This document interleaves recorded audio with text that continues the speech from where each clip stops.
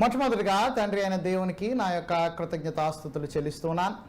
అలాగనే ఈ ఉదయ కాలమును దేవుని ఆత్మతోనూ సత్యముతోనూ ఆరాధించుటకు కూడి వచ్చినటువంటి స్థానిక చర్చ్ స్క్వేర్ క్రీస్తు సంఘమునకును, అలాగనే యూట్యూబ్ ద్వారా ఇంకను అనేక ప్రాంతముల్లో నుండి వీక్షిస్తున్నటువంటి ప్రియులైనటువంటి వారికి అందరికీ మన ప్రభువును రక్షకుడైన యేసుక్రీస్తు నామములో శుభాభివందనములు తెలియజేస్తున్నాను.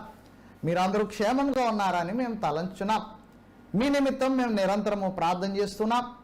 మా కొరకు మీరు ప్రార్థన చేస్తున్నారని ఎరిగి మీకు అందరికీ మరొకసారి మా తరపున కూడా మీకు వందనాలు మేము తెలియజేస్తున్నాం. దేవుని యొక్క మహాకృపను బట్టి దేవుడు మనకు మరి యొక్క నూతనమైనటువంటి వారమును మనకు అనుగ్రహించున్నారు. అందును బట్టి మనం దేవుని మహింపరచబద్దులమై ఉన్నాం. ప్రియులారా, మీ యొక్క అనుదిన ప్రార్థన అవసరతలను గూర్చి మాకు తెలియజేస్తున్నందుకు మీకు వందనాలు తెలియజేస్తున్నాం. మీ గురించి ప్రార్థన చేస్తున్నాం. అయితే ఇంకనూ ప్రార్థన అవసరతలు కలిగినటువంటి వారు తప్పకుండా మమ్మల్ని సంప్రదించవలసిందిగా కూడా ప్రేమపూర్వకంగా మిమ్మల్ని అందరినీ మనవి చేస్తూ ఉన్నాం. ఈ ఉదయ కాలము దేవుని యొక్క వాక్యాన్ని మనము ధ్యానం చేసుకుందాం. యూదా రాజులలో ఆసా నీతిగల రాజుగా మనకు కనబడుతూ ఉంటాడు. ఆసా యూదులను 41 సంవత్సరముల పాటు పరిపాలన చేసినట్లుగా పాత నిబంధన గ్రంథములో, మరి ముఖ్యంగా దినవృత్తాంతముల గ్రంథములో మనం చూడగలం. యెరోబాము యొక్క పరిపాలనలో ఇశ్రాయేలు 2గా విభజింపబడిన తరువాత, లేక విడిపోయిన తరువాత, యూదా రాజులలో 3వ వానిగా ఆసా మనం కనబడుతున్నాడు.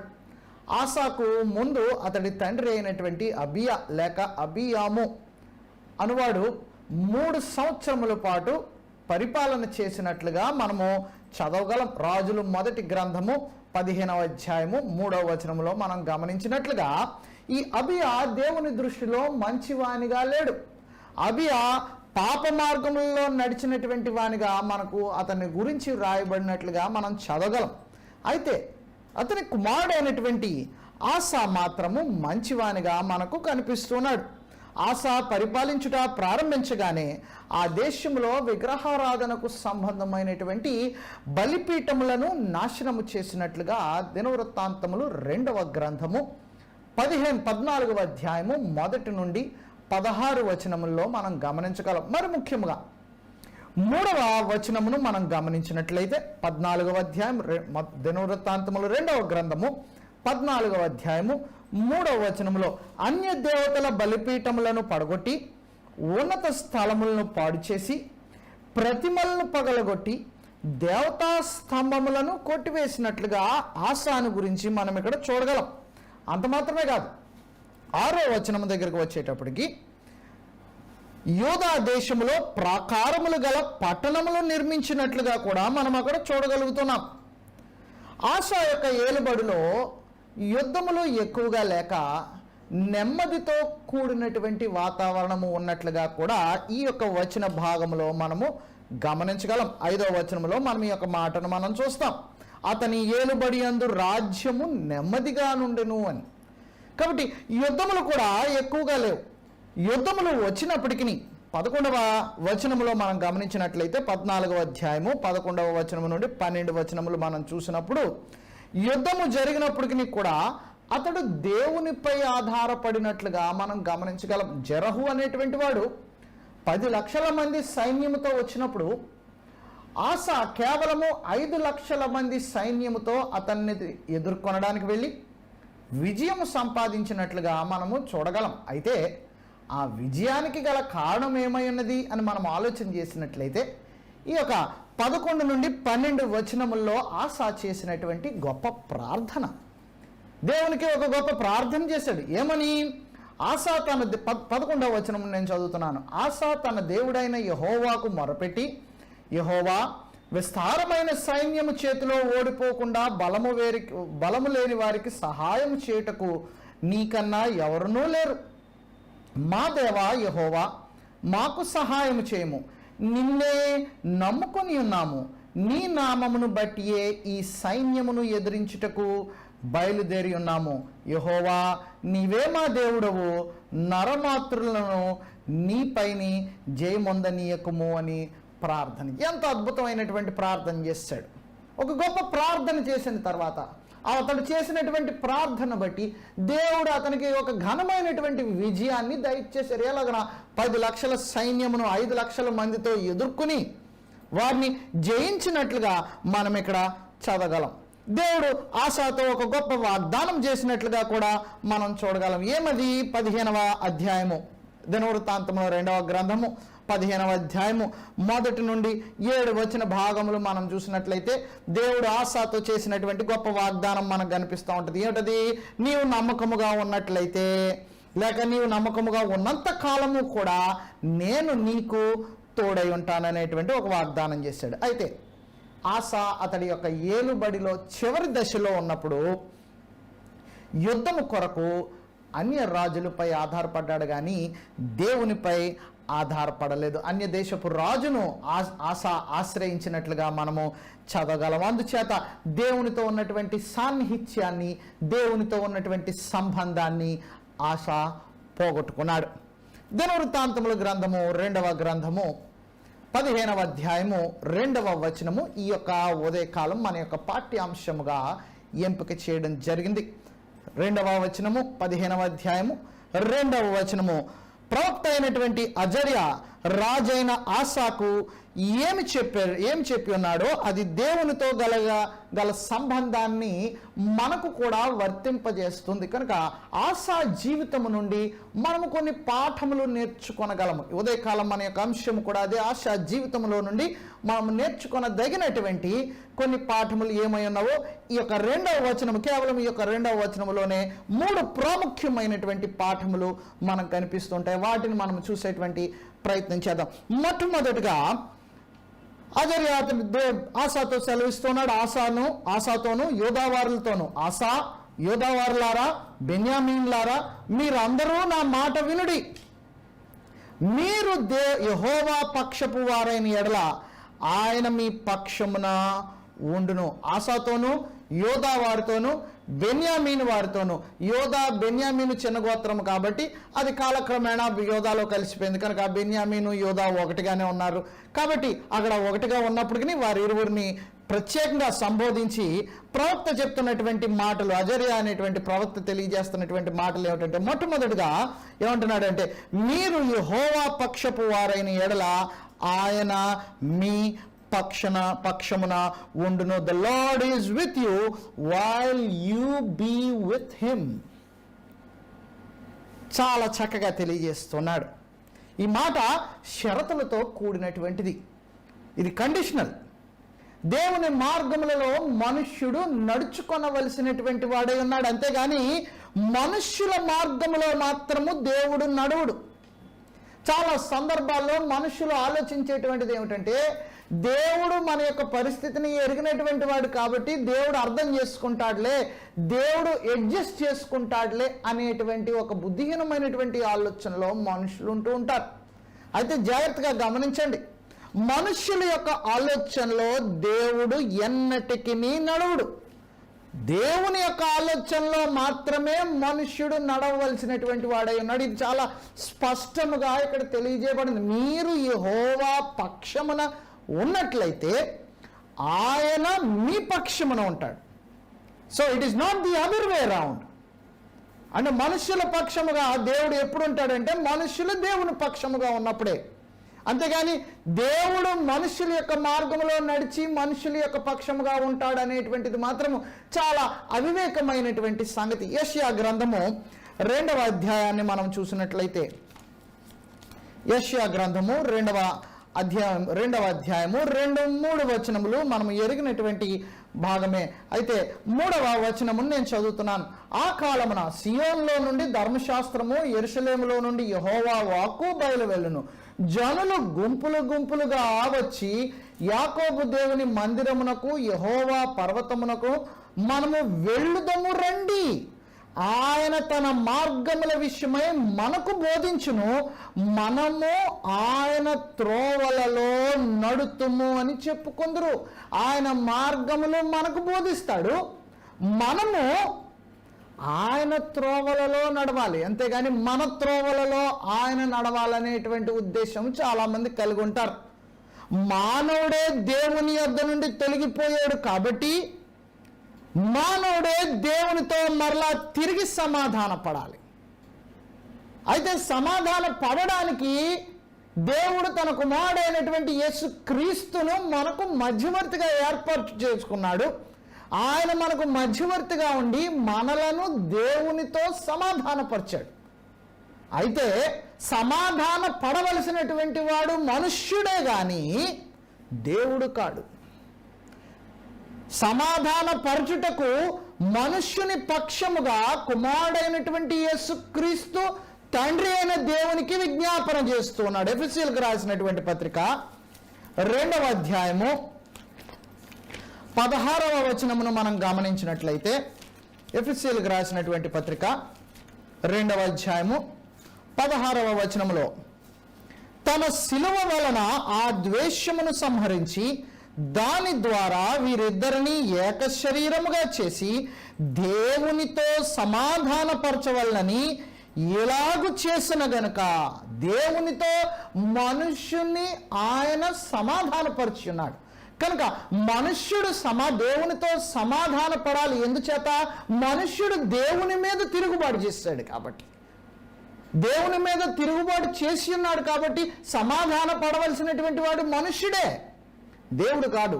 అయితే సమాధాన పరుచుటకు దేవుడు ఒక మధ్యవర్తిని ఏర్పాటు చేసుకున్నాడు. ఆయన ప్రభు అయినటువంటి యేసుక్రీస్తు. తిమోతి పత్రికలో మనం ఈ యొక్క మాటను చూస్తాం. దేవునికిని నరునికును మధ్యవర్తి ఒక్కడే, ఆయన ఏ క్రీస్తు యేసు అను నరుడు అనేటువంటి మాటను మనం అక్కడ గమనించగలం. అంత మాత్రమే కాదు, కొలస్సీలకు రాసినటువంటి పత్రిక 1వ అధ్యాయము 22 వచనములు మనం గమనించినట్లయితే, శిలువ రక్తము చేత సంధి చేసి ఆయన ద్వారా సమస్తమును, అవి భూలోకమందున్నవైనను పరలోకమందున్నవైనను వాటినన్నిటినీ ఆయన ద్వారా తనతో సమాధానపరుచుకొనవలనని తండ్రి అభీష్టమాయను. దేవుడు మనుష్యులతో సమాధాన పడాలనేటువంటి ఉద్దేశం కలుగున్నాడు. అయితే మనుష్యుడు దేవునితో సమాధాన పడాలి అంటే అది క్రీస్తు ద్వారానే. కాబట్టి దేవుని పక్షముగా మనం ఉన్నట్లయితేనే ఆయన మన పక్షముగా ఉంటాడు. కనుక ఎప్పుడైతే మనుష్యుడు దేవునితో సమాధాన పడుతున్నాడో, దేవుని పక్షముగా మనుష్యుడు ఉంటున్నాడో, then God is with man. అప్పుడు దేవుడు మనుష్యుని పక్షముగా ఉంటాడు. God is on man side. మనుష్యుని పక్షముగా దేవుడు ఉంటాడు. అప్పుడు దేవుడు మన పక్షమున ఉన్నప్పుడు ఆశ యొక్క జీవితంలో నుండి మనం చూసినట్లుగా మనకు విరోధి ఎవడు?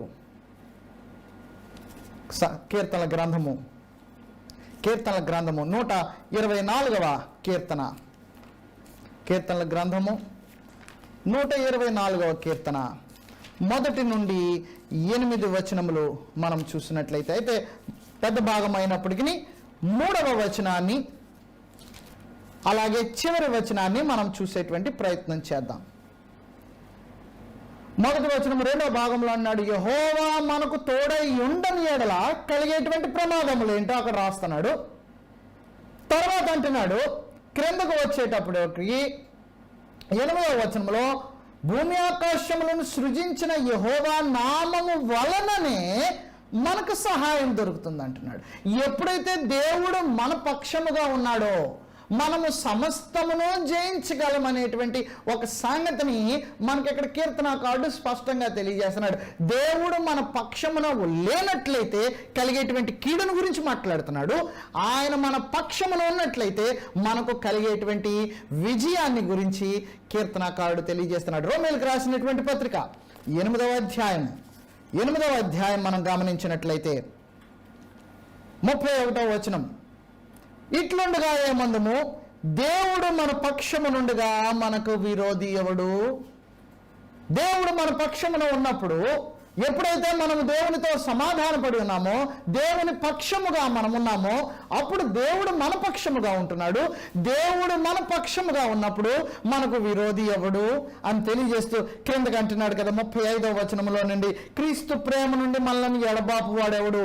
శ్రమ అయినను, బాధ అయినను, హింస అయినను, కరువైనను, వస్త్రహీనత అయినను, ఉపద్రవమైనను, ఖడ్గమైనను మనలను ఎడబాపుతుందా? దేవుడు మన పక్షమును ఉన్నప్పుడు ఈ వీటిలో ఏమన్నా సరే మనలను ఆయన ప్రేమ నుండి వేరు చేస్తుందా? ఇవేవైనాను సరే, ఇబ్బందులు అయినప్పటికీ సరే, శ్రమ అయినప్పటికీ, కష్టమైనప్పటికీ, ఉపద్రవం అయినప్పటికీ, వ్యాధి అయినప్పటికీ, కరోనా వైరస్ అయినప్పటికీ క్రీస్తు ప్రేమ నుండి మనల్ని ఏదన్నా దూరపరుస్తుందా? దేవుడు మన పక్షమున ఉన్నాడు కదా. కీర్తనాకారుడు తెలియజేస్తున్నటువంటి మాటలు మనము ఆలోచన చేయాలి. దేవుడు మన పక్షమున ఉండనట్లయితే కలిగేటువంటి శ్రమలు ఏమిటి, ఉన్నప్పుడు మనకు కలిగేటువంటి విజయాలు ఏమిటి? ఆశా జీవితంలో కూడా మనం నేర్చుకున్నటువంటి పాఠం ఇదే. దేవుడు అతని పక్షముగా ఉన్నప్పుడు దేవుని సన్నిధానంలో విజ్ఞాపన చేసి ఎంతో అద్భుతమైనటువంటి ప్రార్థన చేసినప్పుడు అతనికి కలిగినటువంటి ఘనమైనటువంటి విజయాన్ని మనం చూస్తూ ఉన్నాం. ఎంతో ఘనమైనటువంటి విజయాన్ని అతడు పొంది ఉన్నాడు. కూషీలో విస్తారమైనటువంటి సైన్యం చేతిలో ఓడిపోకుండా ఆసాకు దేవుడు గొప్ప విజయాన్ని దయచేశాడు. ఆసా కృంగిపోలేదు. వారు అంతమంది సైన్యంతో తిరిగి వారు వస్తున్నారు కదా, నా మీదకి నా పని ఏమవుతుంది, నా రాజ్యం ఏమవుతుంది, నన్ను బందీగా తీసుకుని వెళ్ళిపోతారే, నా యొక్క ముక్కుకు కొమ్ములు వేసి నన్ను ఈడ్చుకొని పోతారే అనేటువంటి ఆలోచన అతడు చేయలేదు. దేవుని మీద ఆధారపడ్డాడు, భయపడలేదు, దేవుని మీద విశ్వాసం ఉంచాడు, దేవునికి ప్రార్థన చేశాడు. ప్రార్థన చేసినప్పుడు దేవుడు అతని యొక్క మొరను ఆలకించాడు. ఇది నాన్న క్రైస్తవులు కూడా శ్రమలు వచ్చినప్పుడు కృంగిపోకుండా, ఇబ్బందులు వచ్చినప్పుడు, వ్యాధులు వచ్చినప్పుడు కృంగిపోకుండా వారు ధైర్యముగా దేవుని సన్నిధానంలో విజ్ఞాపన చేయవలసినటువంటి అవసరం ఉంది. అలాంటి వారికి యేసుక్రీస్తు ద్వారా తండ్రి అయిన దేవుడు వారికి సహాయం చేస్తాడు. ఫిలిప్పీయులకు రాసినటువంటి పత్రిక 4వ అధ్యాయం 13వ వచనాన్ని మనం చూసినట్లయితే, నన్ను బలపరచు వాని యందు నేను సమస్తమును చేయగలవాడిని అంటున్నాడు. నన్ను బలపరచు వాని యందు, ఎవరైతే నా మీద ఆధారపడి నా పక్షంలో ఉండడానికి ఇష్టపడతారో వారి పక్షముగా నేను కార్యములను జరిగించడానికి నేను సమర్థుడను అని దేవుడు తెలియజేస్తున్నాడు. కొంతమందితో దేవుడు ఎన్నటికీ కూడా సమాధానంగా ఉండలేడు. కొంతమందితో దేవుడు ఎన్నటికీ కూడా సహవాసము చేయలేడు. ఎందుచేతనంటే వారి యొక్క స్వభావమును బట్టి. దేవుని పక్షముగా ఉన్నటువంటి వారితోనే దేవుడు ఉంటాడు, కానీ దేవుని యొక్క చిత్తమునకు విరోధముగా ఉన్నటువంటి వారితో మాత్రం ఎన్నటికీ దేవుడు ఉండడు. సామెతల గ్రంథములో అలాంటి వారు ఎవరో మనకి ఇక్కడ స్పష్టంగా జ్ఞాని తెలియజేస్తున్నాడు. ఎవరితోనైతే దేవుడు ఉండడో లేక ఎవరినైతే దేవుడు అసహించుకుంటాడో దేవుడు జ్ఞాని చాలా స్పష్టంగా తెలియజేస్తున్నాడు. సామెతల గ్రంథము 6వ అధ్యాయము 16 నుండి 19 వచనములు దేవుడు అసహించుకునేటువంటి వారిని గురించి ఇక్కడ తెలియజేస్తున్నాడు. ఏమిటంటున్నాడు? యెహోవాకు అసహ్యములైనవి 6 గలవు, 7 ఆయనకు హేయములు. అవేమనగా ఏమిటవి? అహంకార దృష్టియు, గర్వముతో నిండినటువంటి వాడు, తగ్గింపు లేనటువంటి వాడు,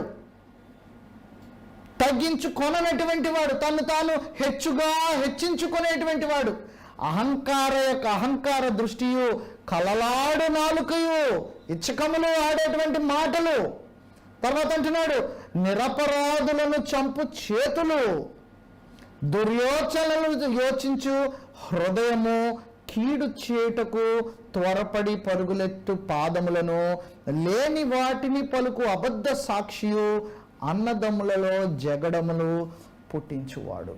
చెడ ఆలోచనలు, చెడ తలంపులు, ఇతరులకు కీడు చేయవలనేటువంటి తలంపులు కలిగినటువంటి వారిని, ఇతరులను ఇబ్బందులకును మానసిక క్షోభకును గురి చేయడానికి ప్రయత్నం చేసేటువంటి వారికి, తిరుగుబాటు చేసేటువంటి వారికి, ఇంకా అంటున్నాడు ఆమె సహోదరుల మధ్య గొడవలు పెట్టేటువంటి వారు, అది క్రీస్తు యొక్క రక్తంలో కడుగుబడి సంఘముగా ఉన్నటువంటి వారి మధ్యలో జగడములు పుట్టించేటువంటి వారు కావచ్చు, మరొకరు కావచ్చు, ఎవరైనప్పటికీ కూడా సహోదరుల మధ్య గొడవలు పెట్టేటువంటి వారు, వీరితో దేవుడు ఎన్నటికీ ఆయన సహవాసము చేయడు. అంత మాత్రమే కాదు, అబద్ధ బోధకులు, ప్రవక్తలు, ఉపదేశకులతో దేవుడు ఎన్నటికీ ఉండడు. యోహాను రాసినటువంటి మొదటి పత్రిక మనం చూద్దాం. చూడండి 4వ అధ్యాయము 1వ వచనము. యోహాను రాసినటువంటి మొదటి పత్రిక 4వ అధ్యాయము 1వ వచనం. ప్రియులారా, అనేకులైన అబద్ధ ప్రవక్తలు లోకములోనికి బయలు వెళ్ళి ఉన్నారు గనుక ప్రతి ఆత్మను నమ్మక ఆయా ఆత్మలు దేవుని సంబంధమైనవో కావో పరీక్షించుడి. అబద్ధ బోధకులు, ఉపదేశకులు, ప్రవక్తలు, వీరితో దేవుడు ఎన్నటికీ ఉండడు. రోమీయులకు రాసినటువంటి పత్రికలో మరింత స్పష్టంగా అపోస్తలుడైనటువంటి పౌలు మరొక మాటను తెలియజేస్తున్నాడు. రోమీయులకు రాసినటువంటి పత్రిక 16వ అధ్యాయము 17, 18 వచనముల్లో, సహోదరులారా, మీరు నేర్చుకొనిన బోధకు వ్యతిరేకముగా భేదములను ఆటంకములను కలుగజేయ వారిని కనిపెట్టి ఉండుడని మిమ్మును బతిమాలుకొనుచున్నాను, వారిలో నుండి తొలగిపోడి. నేటి దినాల్లో ఇది భయంకరంగా విస్తరిస్తున్నటువంటి పరిస్థితి ఏంటది అంటే అనేకమైన భిన్నమైనటువంటి బోధలు. మనుషులు తమ యొక్క గుర్తింపు కొరకు నూతనమైనటువంటి దాన్ని బోధించాలనేటువంటి ఆకాంక్షతో, అనేటువంటి కోరికతో దేవుని వాక్యమును కలిపి చెరిపి బోధించుచున్నారు. అలాంటి వారికి జాగ్రత్తగా ఉండండి. ఇక్కడ అంటున్నాడు, స్పష్టంగా తెలియజేస్తున్నాడు, మీరు నేర్చుకొనినటువంటి బోధకు వ్యతిరేకముగా భేదములు పుట్టించేటువంటి వారికి. ఇదే రోమపత్రికలో జ్ఞాపకం చేస్తున్నాడు. ఏ ఉపదేశ క్రమమునకైతే మిమ్మల్ని మీరు అప్పగించుకున్నారో, దేనికైతే మిమ్మల్ని మీరు హృదయపూర్వకంగా లోబడి దానికి మీరు అప్పగించుకున్నారో దానికి విధేయులై ఉండండి, ఆ బోధకు విధేయులై ఉండండి. అంతేగాని తొలగిపోవద్దు. అబద్ధ బోధలు, అబద్ధ ప్రవక్తల వైపు మీరు మీ యొక్క దృష్టిని పెట్టవద్దు. ఇక్కడ అంటున్నాడు చూడండి, అలాంటి వారిని మీరు కనిపెట్టుకొని ఉండుడని మిమ్మను బ్రతిమాలుకొనుచున్నాను. అలాంటి వారు ఎలాగంట, అట్టివారు మన ప్రభువైన క్రీస్తుకు కాక తమ కడుపునకే దాసులు. వారు ఇంపైన మాటల వలనను ఇచ్చకముల వలనను నిష్కపుటలైన మనస్సులను పాడు చేస్తున్నారు. ఇలాంటి వారి పట్ల దేవునికి ఎన్నటికీ సంతోషం ఉండదు. ఇలాంటి వారితో దేవుడు ఎన్నటికీ సహవాసం చేయడు. ఇలాంటి వారి పక్షమున దేవుడు ఎన్నటికీ ఉండడు. దేవుని పక్షముగా నిరంతరము దేవునికి విజ్ఞాపనలు చేసేటువంటి వారితోనే దేవుడు ఉంటాడు. అంతేగాని దేవునికి వ్యతిరేకమైనటువంటి కార్యములు చేసేటువంటి వారితో దేవుడు ఎన్నటికీ సహాయం చేయడు. కాబట్టి ఆసా జీవితంలో నుండి అజర్య ప్రవక్త అయినటువంటి అజర్య ఆసాకును యోధా జనాంగమునకు తెలియజేసినటువంటి మొట్టమొదటి మాట ఏమనగా, యెహోవా పక్షము వారు మనం ఉన్నట్లయితే ఆయన మన పక్షమున ఉంటాడు.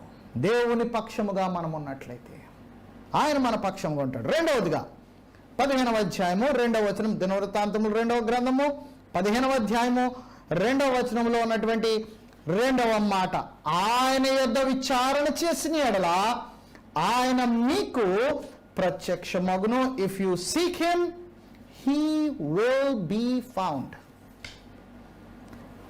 ఆయన యొద్ద విచారణ చేయగా, ఈ మాట వల్ల మనం ఎంతగానో ఆదరించబడుతున్నాం.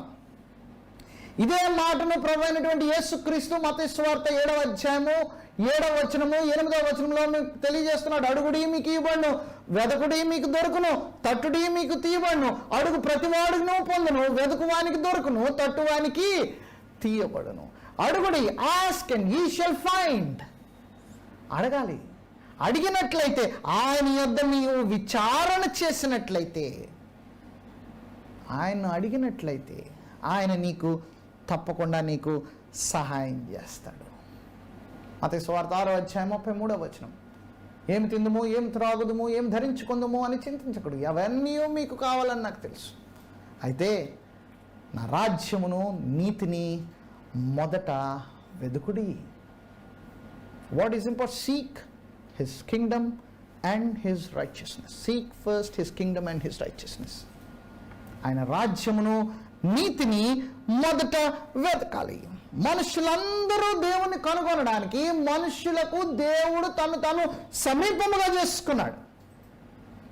అయితే దేవుణ్ణి కనుగొనగలిగేటువంటి మార్గము మాత్రము స్పష్టముగా మనకు తెలియజేయబడింది. ఎలాగూ దేవుణ్ణి మనము చేరుకొనగలము, ఎలాగూ దేవుని సన్నిధానంలో మనం విచారణ చేసినట్లయితే ఆయన మనకు ప్రత్యక్షం అవుతాడో, ఆయన మనకు సహాయం చేస్తాడో మనకు చాలా స్పష్టంగా తెలియజేయబడింది. ఒక చక్కటి మాటను మనం చూసేటువంటి ప్రయత్నం చేద్దాం. దినవృత్తాంతముల గ్రంథము మొదటి గ్రంథం, దినవృత్తాంతములు మొదటి గ్రంథము 28వ అధ్యాయము 9వ వచనములో రాజు అయినటువంటి దావీదు తన కుమారుడైనటువంటి సొలొమోనుకు రాజ్యమును అప్పగిస్తున్నటువంటి సమయంలో సొలొమోనుకు దావీదు తెలియజేసినటువంటి మాటలను ఒకసారి మనం ఆలోచన చేసినట్లయితే ప్రాముఖ్యంగా 5 సంగతులు అక్కడ తెలియజేస్తున్నాడు. ఏమని?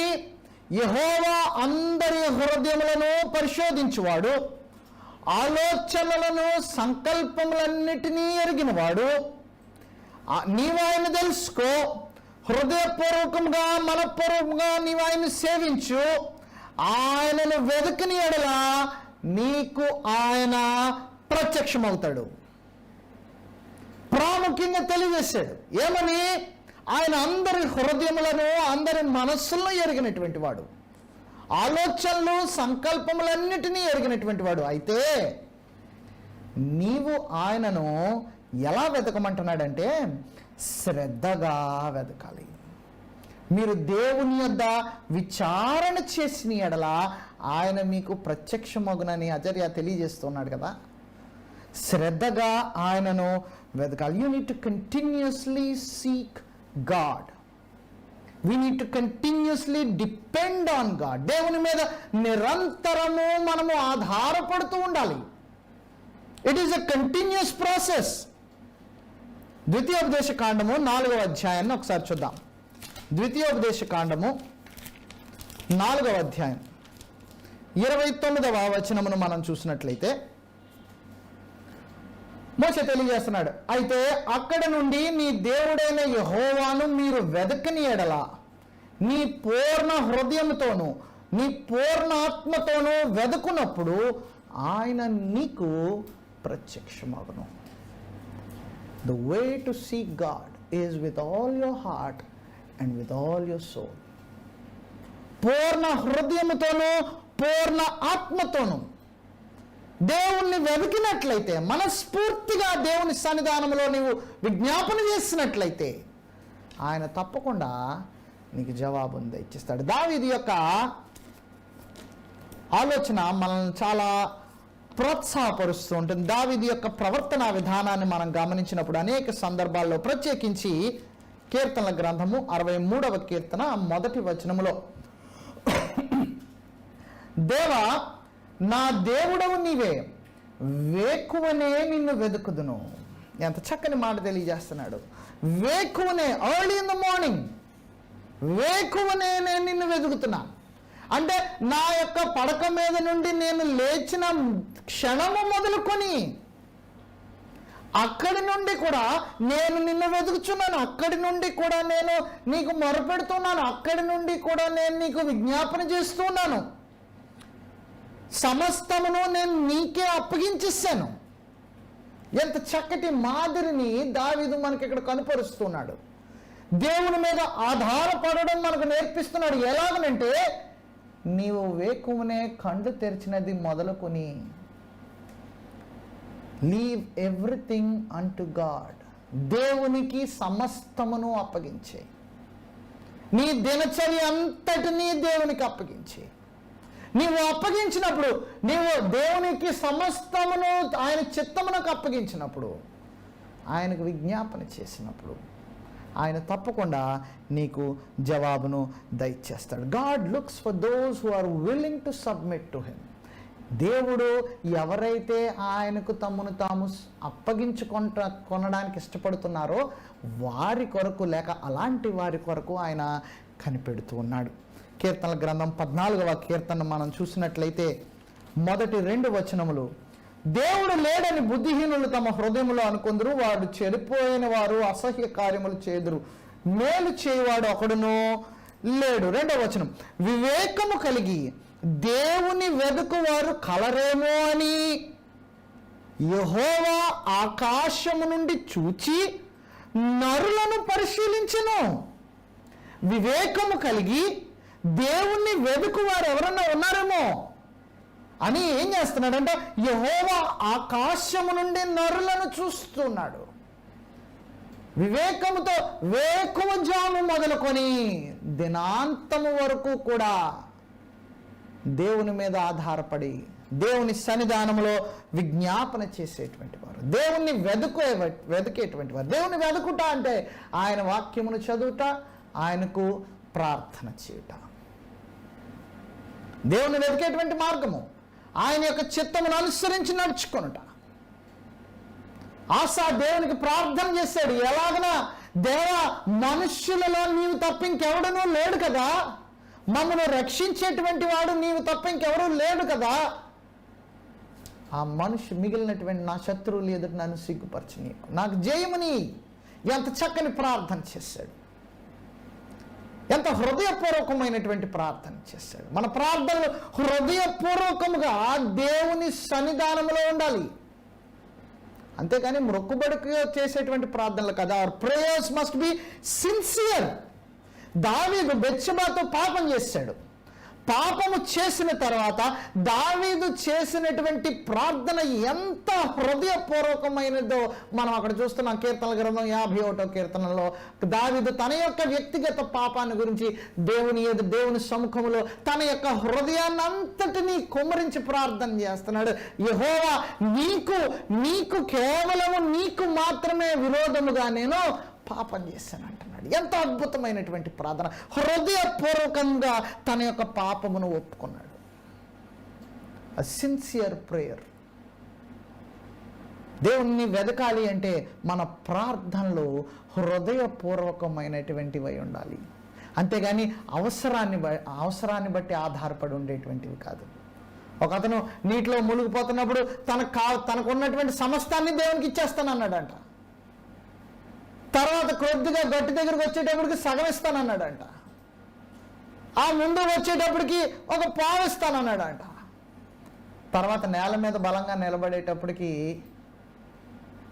అవసరమైనప్పుడు దేవునికి ఇస్తానులే అనుకున్నాడంట. అటువంటి వైఖరి కలిగినటువంటి మనుషులు అనేక మంది కనబడుతూ ఉంటున్నారు. వారి యొక్క ప్రార్థనలు హృదయపూర్వకముగా ఉండవు. హృదయపూర్వకముగా లేనటువంటి ప్రార్థనలను దేవుడు అంగీకరించడు. కీర్తనల గ్రంథం చూద్దాం, చూడండి. 69వ కీర్తన 19వ వచనం. 69వ కీర్తన 19వ వచనం, 13వ వచనం, క్షమించండి. యెహోవా, అనుకూల సమయమున నేను నిన్ను ప్రార్థించుచున్నాను. దేవా, నీ కృపాబాహుల్యమును బట్టి, నీ రక్షణ సత్యమును బట్టి నాకు ఉత్తరమిమ్ము. అనుకూల సమయంలో నేను ప్రార్థన చేస్తున్నాను. నీ కృపను బట్టి, నీ రక్షణను బట్టి నీవు నాకు జవాబును దయచేయి. A prayer that is sincere. దేవుణ్ణి వెతికేటువంటి వారి యొక్క ప్రార్థన ఎలా ఉంటుందంటే అది హృదయపూర్వకమైనటువంటిదై ఉంటుంది. అలాగనే అట్టి ప్రార్థన విశ్వాసముతో నిండినటువంటిదై కూడా ఉండాల్సినటువంటి అవసరం ఉంది. యాకోబు రాసినటువంటి పత్రిక 1వ అధ్యాయము 6వ వచనాన్ని మనం చూసినట్లయితే, మీలో ఎవరికైనా జ్ఞానం కావాలా, అతడు దేవుణ్ణి అడగవలను, దాన్ని అతనికి దేవుడు ధారాళముగా దయచేస్తాడని తెలియజేస్తూ యాకోబు తర్వాత అంటున్నాడు, అడుగువాడు సందేహింపక విశ్వాసముతో అడగాలంటున్నాడు. విదౌట్ ఎనీ డౌట్, సందేహింపకుండా విశ్వాసముతో ప్రార్థన చేయాలి. That is the kind of prayer that God asks. దేవుడు మన పక్షముగా ఉండాలి అంటే ఆయన సన్నిధానంలో మనం విచారణ చేయాలి.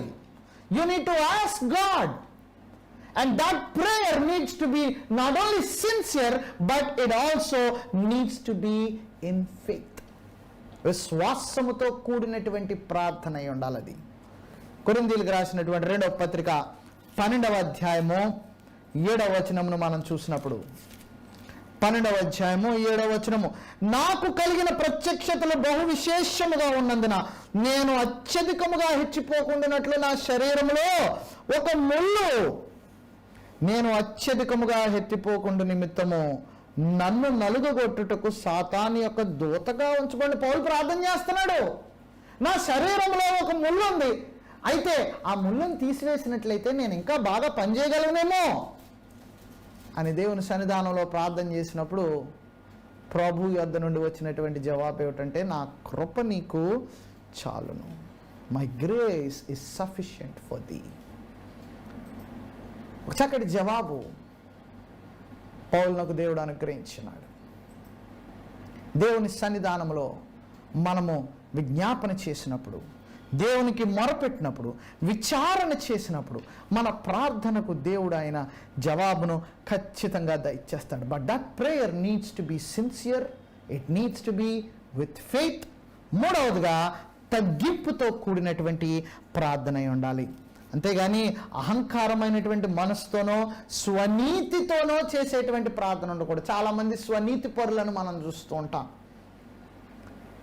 దేవుని సన్నిధానంలో కూడా స్వనీతి పరులు మనకు కనబడుతుంటారు. దేవుని పరిసయుడు సుంకరుని గురించి మనం చదివినటువంటి ఆ యొక్క ఉపమానంలో పరిసయుడు తను చేసినటువంటి దాన్ని అంతటినీ కూడా దేవుని ఎదురు తెలియజేస్తున్నాడు, తన యొక్క స్వనీతిని తెలియజేస్తున్నాడు.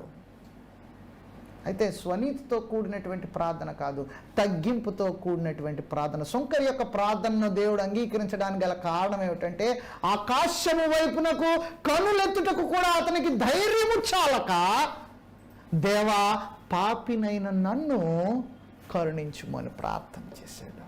వాట్ ఆ ప్రేయర్ ఆఫ్ హ్యూమిలిటీ. తగ్గింపుతో కూడినటువంటి ప్రార్థన. దేవుని సన్నిధానంలో మనం విజ్ఞాపన చేసినప్పుడు, ఆయన ఎదుట మనం విచారణ చేస్తున్నప్పుడు, ఆయన మనకు ప్రత్యక్షమై జవాబును దయచేయాలంటే that prayer needs to be humble. Asa చేసినటువంటి ప్రార్థన దగ్గరికి ఒకసారి మనం మరలా తిరిగి వెళదాం. ఆశా ఎంత చక్కటి ప్రార్థన చేశాడు. ఆశా చేసినటువంటి ప్రార్థన మనము చూసినట్లు, ఆశా తన దేవుడైన యెహోవాకు మొరపెట్టి, యెహోవా విస్తారమైన సైన్యము చేతిలో ఓడిపోకుండా బలము లేని వారికి సహాయం చేయుటకు నీకన్నా ఎవరూ లేరు. ఎంతగా తగ్గించుకున్నాడు, నీకన్నా మాకెవరూ లేరు, మా దేవా యెహోవా మాకు సహాయము చేయము, నిన్నే నమ్ముకొని ఉన్నాము, నీవే మా దేవుడవు. వాట్ ఆ హంబుల్ ప్రేయర్. ఎంత తగ్గించుకొని ఆశా ప్రార్థన చేస్తున్నాడో చూడండి. యెహోవా ఎంత తగ్గించుకొని విచారణ చేస్తున్నాడో చూడండి. తగ్గింపుతో కూడినటువంటి ప్రార్థన చాలా అవసరం. పేతురు రాసినటువంటి మొదటి పత్రిక 5వ అధ్యాయము 5వ వచనాన్ని చూద్దాం.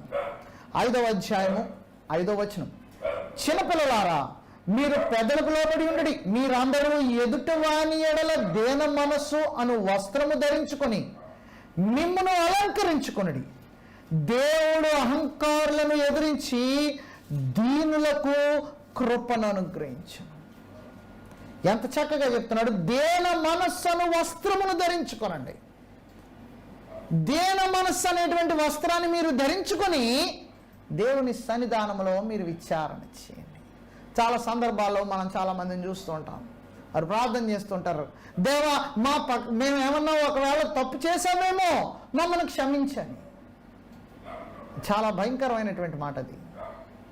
తప్పు చేశామేమో అనేటువంటి మాటను వారు చేస్తూ, అనేటువంటి ప్రార్థన వారు చేస్తున్నప్పుడు వారు తమ తప్పును ఒప్పుకొనడం లేదు. దేవుని సన్నిధానంలో తమ పొరపాట్లను దేవుని సన్నిధానంలో ఒప్పుకొనడం లేదు.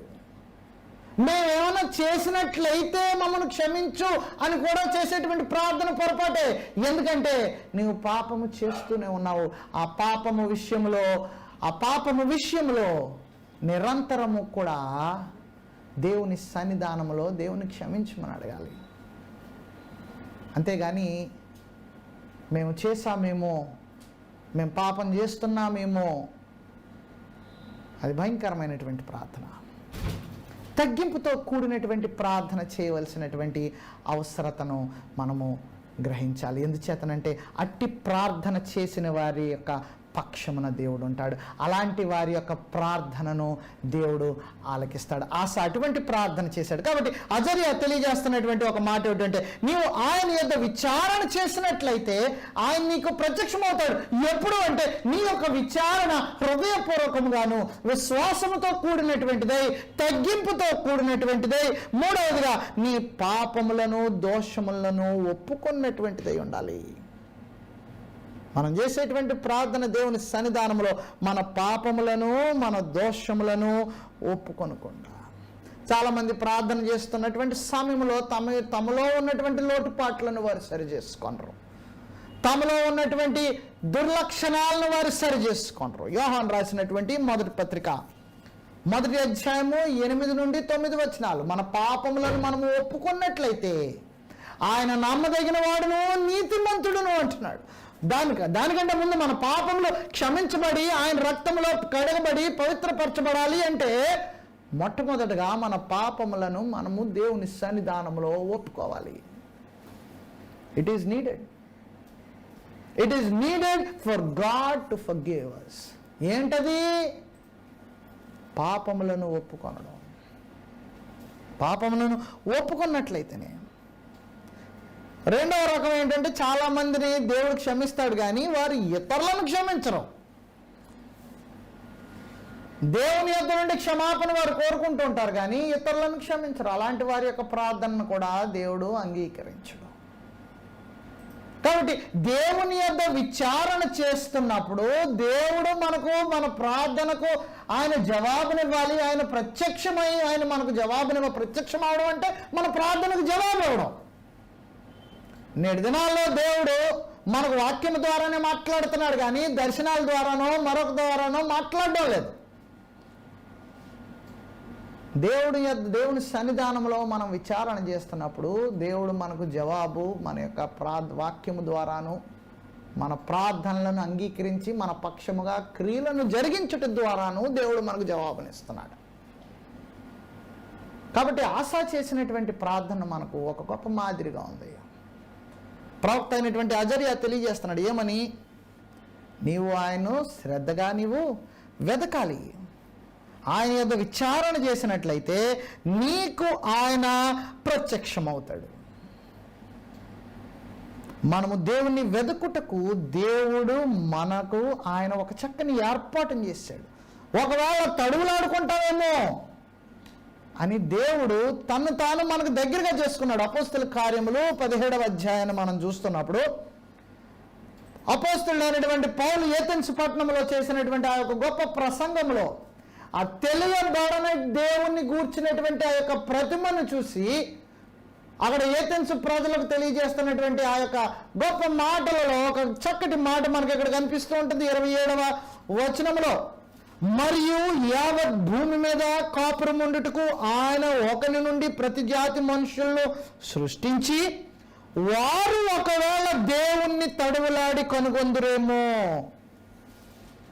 అని తన్ను వెదుకు నిమిత్తము నిర్ణయ కాలమును వారి నివాస స్థలముల యొక్క పొలిమేరలను ఏర్పరచును. దేవుడు తను తాను మనుష్యులకు దగ్గర చేసుకున్నాడు. So it is not impossible for man to find God. దేవుడు మనుష్యునికి దగ్గరగానే ఉన్నాడు. మనము దేవుని వెతికినట్లయితే ఖచ్చితంగా దేవుడు మనకు జవాబును దయచేస్తాడు. మనము దేవుని వెతకడం అంటే ఆయన యొద్ద విచారణ చేయడం. ఇర్మియా గ్రంథము 33వ అధ్యాయము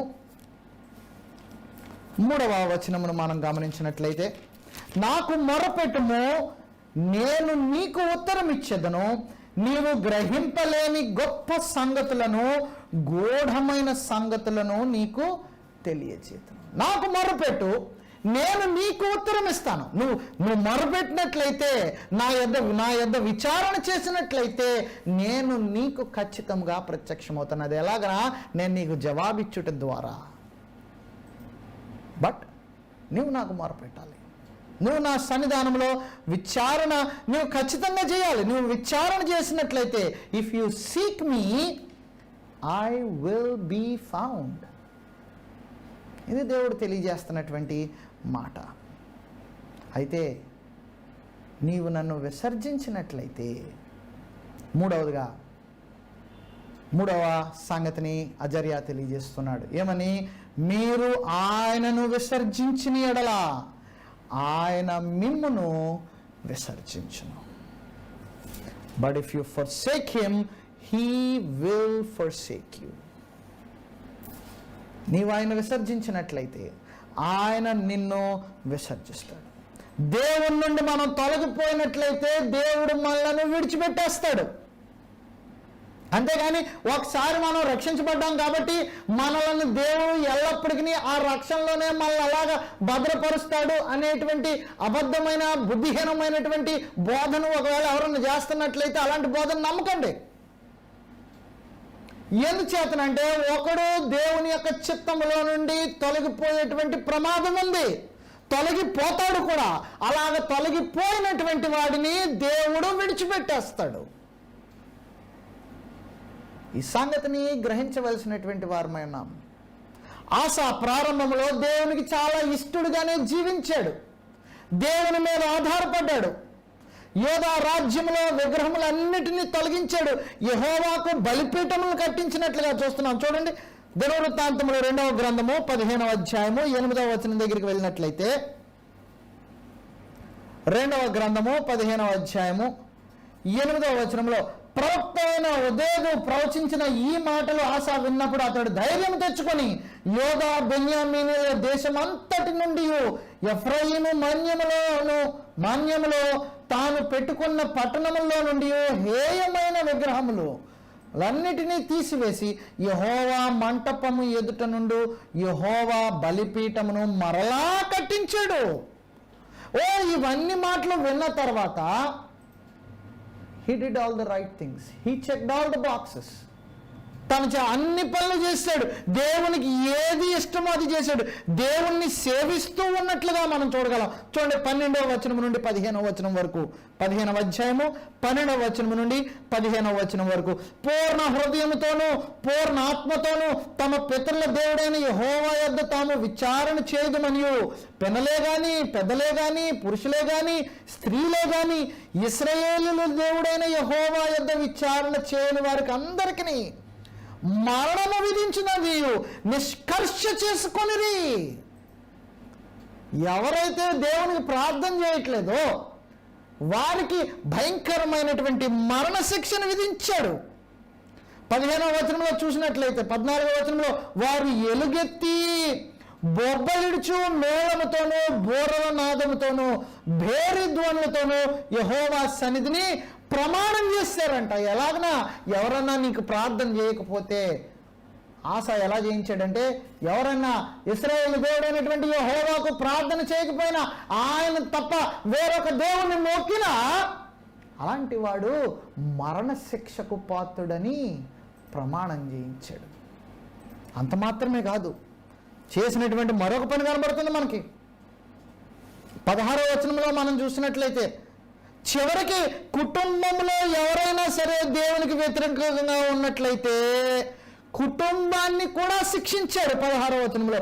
మరియు తన తల్లి అయిన మైకా అసహ్యమైన ఒక దేవతా స్తంభమును నిలిపినందున ఆమె ఇక పట్టపు దేవి అయి ఉండకుండా రాజైన ఆసా ఆమెను త్రోసివేసి ఆమె నిలిపిన విగ్రహమును పడగొట్టి చిన్నాభిన్నము చేసి కిద్రోను వాగు దగ్గర దాన్ని కాల్చివేశాను. తన సొంత తల్లి, ఆమె ఎంతగానో ప్రేమించి నిలబెట్టుకున్నటువంటి దేవతా స్తంభాన్ని కూడా పడవేసి ఆమెను శిక్షించినట్లుగా మనం చూస్తాం. కాబట్టి he did not leave anyone, he did not spare anyone, even if it was his family. అతడి కుటుంబం అయినప్పటికీ కూడా అంత చక్కగా అలాంటి వాడు, అంత ఖచ్చితంగా ఉన్నటువంటి వాని యొక్క ప్రవర్తనలో మార్పు వచ్చేసింది. ఎలా మార్పు వచ్చేసింది? 16వ అధ్యాయము 1వ వచనము, దినవృత్తాంతములు 2వ గ్రంథము 16వ అధ్యాయము 1వ వచనం. ఆసా ఏలుబడినందు 36వ సంవత్సరమున ఇశ్రాయేలు రాజైన బయెషా యోధా వారి మీద దండెత్తి బయలుదేరి యోధా రాజైన ఆసా యొద్దకు రాకపోకలు జరగకుండానట్లు రామాను కట్టింపగా ఆసా యెహోవా మందిరమందును రాజనగరునందును ఉన్న బొక్కసములో వెండి బంగారములు తీసి దమస్కులో నివాసము చేయి సిరియా రాజుగు బెన్హెదదు నద్దకు దూతల చేత పంపించాడు. దేవుని సముఖములో ఉన్నటువంటి వెండి బంగారములను అన్యరాజు అయిన బెన్హదదు యొద్దకు పంపించి అతని యొక్క సహాయాన్ని కోరుకున్నాడు. 14వ అధ్యాయంలో చేసినటువంటి గొప్ప ప్రార్థనకిని 16వ అధ్యాయం దగ్గరికి వచ్చేటప్పటికి అతనిలో కలిగినటువంటి గొప్ప మార్పుకును ఎంత వ్యత్యాసం ఉన్నదో మనం గ్రహించగలం. ఆయన విసర్జించాడు, దేవుని యెహోవాను విసర్జించాడు. అయితే దేవుడు మరలా అతనికి ప్రవక్తను పంపించాడు బుద్ధి చెప్పడానికి. 7 నుండి 9 వచనాల్లో ప్రవక్త వచ్చి, హనాని అనేటువంటి ప్రవక్త వచ్చి బుద్ధి చెప్పడానికి ప్రయత్నం చేస్తున్నాడు. 7 నుండి 9 వచనాల్లో దీర్ఘదర్శి అయిన హనాని యోధారాజు అయిన ఆసా యొద్దకు వచ్చి ఇలా ప్రకటించాడు, ఏమని? నీవు నీ దేవుడైన యెహోవాను నమ్ముకొనక సిరియా రాజును నమ్ముకున్నావే. సిరియా రాజు యొక్క సైన్యము నీ వశము నుండి తప్పించుకుపోయాను. బహు విస్తారమైన రథములను, గుర్రపు రౌతులను గల కూషీలను, లూబీలను గొప్ప దండై వచ్చిరు కదా. అయినను నీవు యెహోవాను నమ్ముకున్నందున ఆయన వారిని చేతికి అప్పగించాడు. జ్ఞాపకం చేస్తున్నాడు, ఇంతకు ముందు వారిని వద్ద నుండి పారిపోయారు కదా. నీవు ఎప్పుడైతే దేవుని సన్నిధానంలో విజ్ఞాపన చేసినప్పుడు దేవుడు వారి మీద నీకు జయాన్ని ఇచ్చాడు కదా. తన ఎడల యథార్థ హృదయం గలవారిని బలపరచుటకై యెహోవా కనుదృష్టి లోకమంతటా సంచారం చేయుచున్నది. ఈ విషయమందు నీవు మతి తప్పి ప్రవర్తించితివి. గనుక ఇది మొదలుకొని నీకు యుద్ధములే కలుగును. ఇంతకు ముందు మనం చదువుకున్న 14వ అధ్యాయంలో తన ఏలుబడిలో దేశమంతా నెమ్మదిగా ఉన్నది అని. యుద్ధములు లేక దేశం నెమ్మదిగా ఉన్నది. అయితే ఎప్పుడైతే దేవుని సన్నిధానం నుండి ఆశ తొలగిపోయాడో యుద్ధములు మొదలైనవి.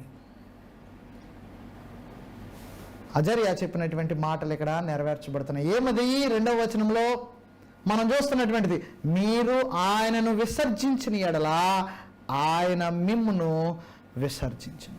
ఈ మాటలు చెప్పినందుకు హనానీని ఏం చేశాడు? ఆసా ఈ దీర్ఘదర్శి అట్లు ప్రకటించినందుకు ఆసా అతని మీద కోపగించి రౌద్రము చూపి అతనిని బందీ గృహములో వేసేసాడు, చెరసాల్లో వేసేసాడు. And that mark the decline of king Asa. ఎంతగా అయిపోయిందంటే తన చివరి జన్మల్లో పాదములలో జబ్బు పుట్టినప్పుడు అక్కడ కూడా దేవుని మీద ఆధారపడలేదు. 12వ వచనంలో మనం చూస్తాం, ఆసా తన ఏలుబడి యందు 39వ సంవత్సరమున పాదములో జబ్బు పుట్టి తాను బహుబాధపడినను దాని విషయంలో అతడు యెహోవా యొద్ద విచారణ చేయక వైద్యులను పట్టుకున్నాడు. యెహోవాను విసర్జించాడు. ఏమయ్యాడంటే తన ప్రాణాన్ని పోగొట్టుకున్నాడు.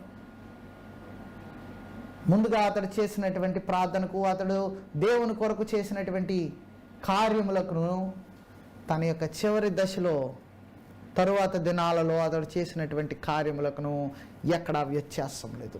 కంప్లీట్ కాంట్రాస్ట్ కనబడుతుంది. సంపూర్ణముగా వ్యతిరేకమైనటువంటి జీవితం మనకు కనబడుతుంది.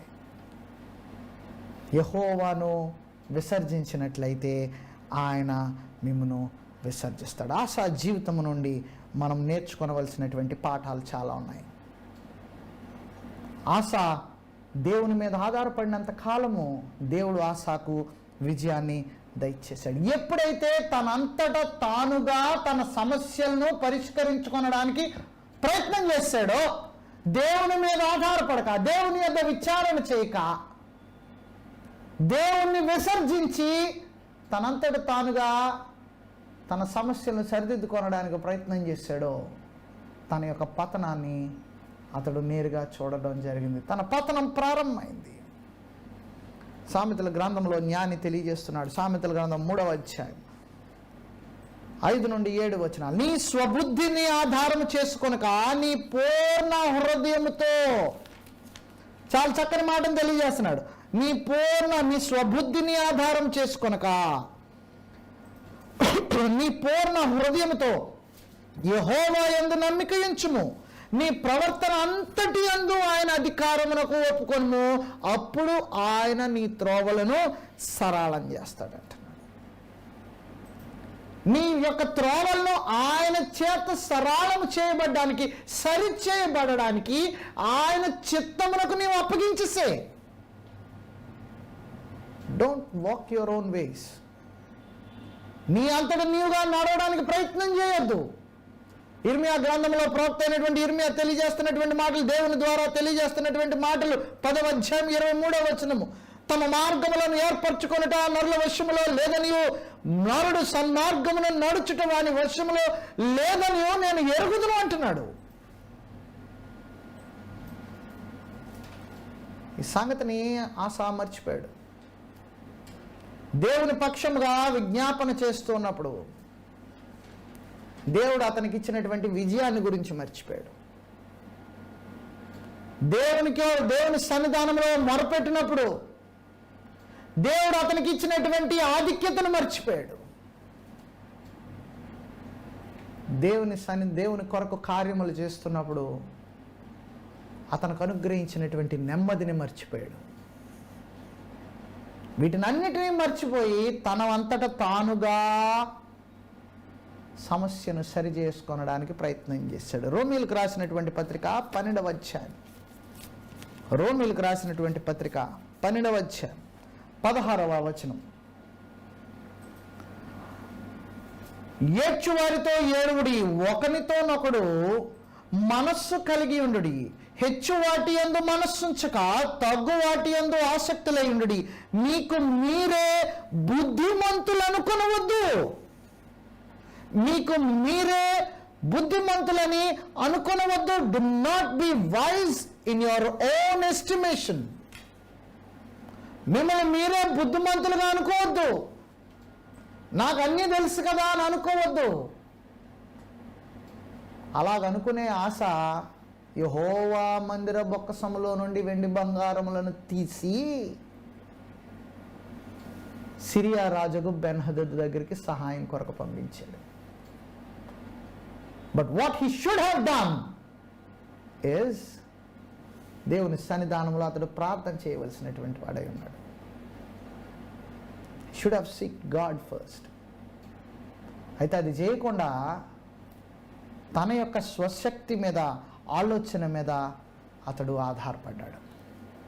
సో అతని జీవితంలో నుండి మనం నేర్చుకోవలసినటువంటి పాఠం, మన తలంపులు కానీ మన మార్గములు కానీ బట్టి కాక దేవుని యొక్క మార్గములో మనం నడవడానికి ప్రయత్నం చేయాలి. రెండవ పాఠం ఏమిటంటే, గద్దింపును స్వీకరించడానికి మనం నిరంతరము సిద్ధపరచుకోవాలి. కీర్తనకారుడు ఒక చక్కటి మాటను తెలియజేస్తున్నాడు. కీర్తన సామెతల గ్రంథము 13వ అధ్యాయము 1వ వచనములో, క్షమించండి, జ్ఞాని అయినటువంటి సొలొమోను తెలియజేస్తున్నటువంటి మాట. సామెతల గ్రంథము 13వ అధ్యాయము 1వ వచనములో, తండ్రి శిక్షించిన కుమారుడు జ్ఞానము గలవాడగును, అపహాసకుడు గద్దింపునకు లోబడడు. ఇదే సామెతల గ్రంథంలో మరొక చోట అంటున్నాడు, గద్దింపును అసహించుకునేవాడు పశుప్రాయుడు అంటున్నాడు. Be willing to accept rebuke. గద్దింపును స్వీకరించడానికి be willing to listen to rebuke. వినడానికి, కొంతమంది వినడానికి కూడా ఇష్టపడరు, కొంతమంది నొచ్చుకుంటారు. అయితే జాగ్రత్త, ఆసా నొచ్చుకున్నాడు కాబట్టే హనానీని చెరసాల్లో వేయించాడు. ఎందుకు వేయించాడు? నీవు మతి తప్పి ప్రవర్తిస్తున్నావు. నువ్వు దేవుడు నీ జీవితంలో చేసినటువంటి కార్యములు నీవు మర్చిపోయావా? మరలా ఎందుకు నీవు అన్య రాజుల దగ్గరికి వెళుతున్నావు? దేవుని మీద ఆధారపడని చెప్పడానికి వెళితే అతన్ని తీసుకుని చెరసాల్లో వేశాడు. ఎంత భయంకరమైనటువంటి సంగతి. గద్దింపును మనము స్వీకరించగలిగేటువంటి మనస్సు మనం కలిగి ఉండాలి. మూడవదిగా ఆశా జీవితంలో నుండి మనం నేర్చుకోవలసినటువంటి మూడవ పాఠం అదేమిటంటే, మారు మనసు పొందడానికి నిరంతరము మనం సిద్ధంగా ఉండాలి. ఆశా మారు మనసు పొందలేదు. He did not repent. తన యొక్క గత పాపముల విషయమై, తన యొక్క పొరపాట్ల విషయమై దేవుని సన్నిధానములో, దేవుని సముఖంలో, దేవుని చిత్తములకు వ్యతిరేకముగా చేసినటువంటి క్రియలకు అతడు మారు మనసు పొందలేదు. He did not repent.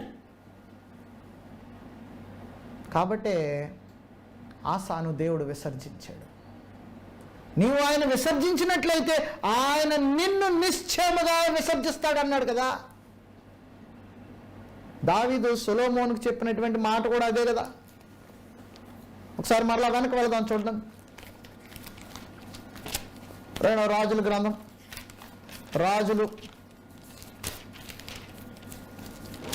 రాజుల గ్రంథం మనం చూసినట్లయితే 12వ అధ్యాయం, రాజుల మొదటి గ్రంథము 12వ అధ్యాయం.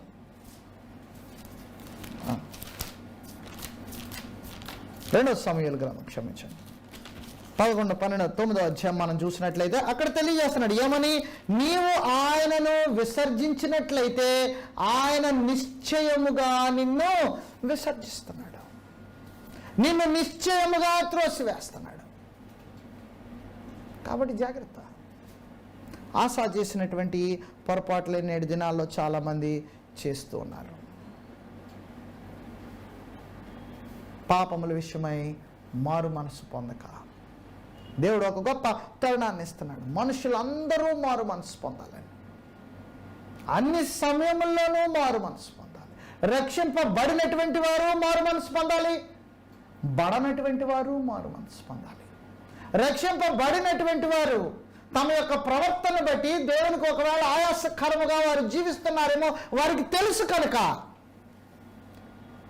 వారు దేవుని సన్నిధానంలో ప్రార్థన చేయాలి. అలాగని చెప్పి దేవా నేను నీకు ఆయాసకరముగా జీవిస్తున్నానేమో అని ప్రార్థన చేయొద్దు.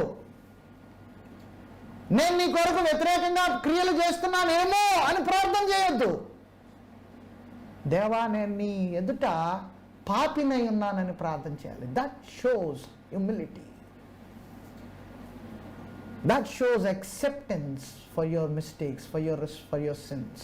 నీ పాపములను నీవు ఒప్పుకొనడం అక్కడ దేవునికి సన్నిధానంలో కనబడుతుంది.